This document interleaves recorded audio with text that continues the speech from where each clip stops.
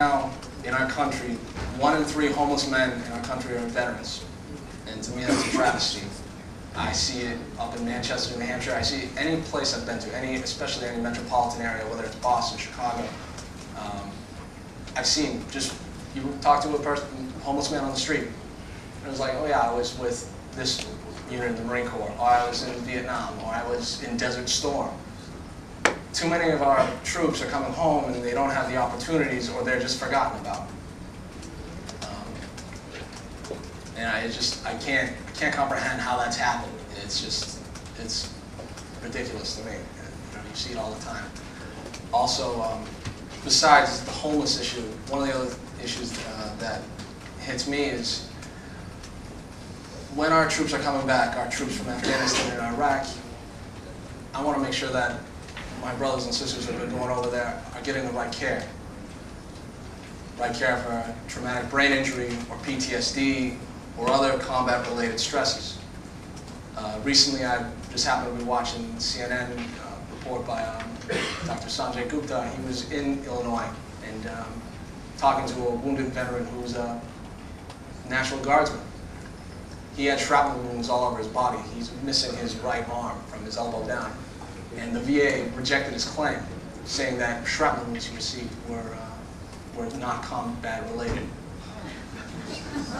Last time I checked, I don't think there are any roadside bombs or people getting hurt in the United States and getting shrapnel wounds.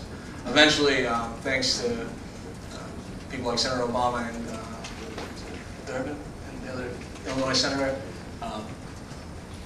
this soldier finally got the claims that he was looking for. But it's not just happening there. We see it all the time. And unfortunately, our administration right now seems to be reacting to the problems. They're not taking care of it before this happens. It's great that they take care of it after the fact, but it has to be. We have to solve these problems so they don't happen in the first place. And I believe Barack Obama, when he becomes president, if we ever have to go to war, before he sends our troops, he's going to exhaust every avenue of diplomacy that is possible.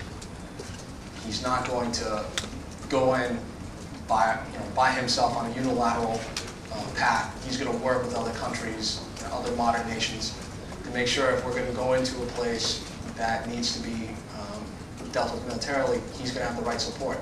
And before he sends the United States military, he's going to make sure he has the right amount of equipment, right amount of troops. It's not going to be only 100,000. And he's going to listen to his leaders. He's going to listen to his military leaders he has around him. That's one of the most important things that any leader, whether it's a military leader or a politician, especially if you're going to be the president, you need to listen to those around you who have had experience. That's one of the most effective leaders that I think you can ever have. You can't be going in with your own mindset and have predetermined ideas about how a situation is going to unfold. And with that, I believe that Senator Obama, he's definitely the right person to be president. I think he's going to be an effective commander-in-chief. And I believe that, honestly, I forget what I was about to say. I apologize. I'm very overwhelmed being up here. So with that, I'll take over.